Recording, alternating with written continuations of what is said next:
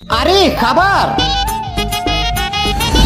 জলপুরি। আরে জেলের বাচ্চা, আমার ছেলেকে ছেড়ে দে। আরে আমি তো ওকে ছাড়বো না, এটাকে আমি বাজারে নিয়ে সোনার দামে বিক্রি করব। আরে আমার ছেলেকে বিক্রি করিস না, এর বদলে যা চাইবি তাই দিমু।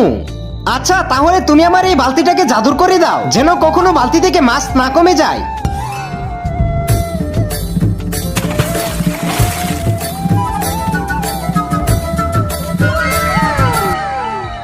আরে জেলে, তুই আমার ছেলেকে ছেড়ে দে। হ্যাঁ ছেড়ে দিব, তাহলে আমাকে কিছু টাকা দিতে হবে, এমন টাকা দিতে হবে যে টাকা আমি কখনোই দেখি নাই। আরে টাকা পেয়ে গেছি, তাড়াতাড়ি শুকনা খাইতে যাই। আচ্ছা তাহলে আমিও গিয়ে একবার চেষ্টা করি। আরে এখানে আবার খাবার আইছে। আরে এটা কি হলো, কিছুই তো আসলো না, আবার ফালাই। আরে জলপুরি, আমাকে অনেকগুলো টাকা দে।